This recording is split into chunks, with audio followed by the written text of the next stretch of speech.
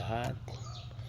Muli po ay huwag po tayong makalimot sa Panginoon na tumawag at magpasalamat sa Kanya sa pang-araw-araw nating buhay.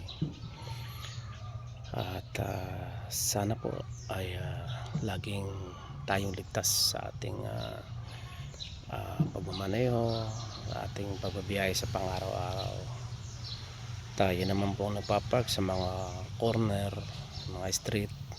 Huwag po nating parkingan yung mga kantuhan at nahihirapan din po yung mga lumiliko, lalo na yung malalaki na sakyan. So disiplina po lang para sa ating lahat yan. At tayo din naman po ang magbibinipisyo niyan, disiplina lang.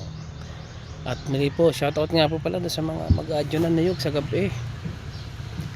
Ay din naman po yung nagtanim.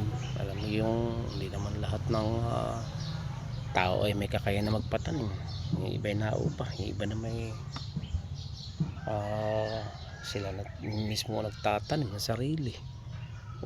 Kawa din naman. Magtira naman kayo kahit man lang ang panggata. Bay matitira lang di uyo. Sa ay palapa. Ano magagawa natin doon? Panggatong yung palapa. Yung uyo, panggatong. Yung palapa naman, di wawalis gagawing walis. Kawa din naman. May kayo nakakapagkupra ng hindi ninyo pinaghirapan.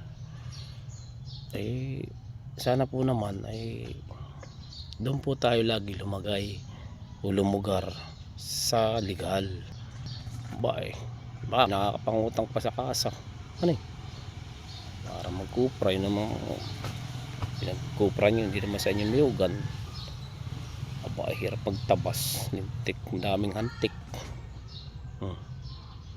Yung baga, shoutout sa inyo. Tayo bawa din naman yung may-ari ng niyugan. Tayo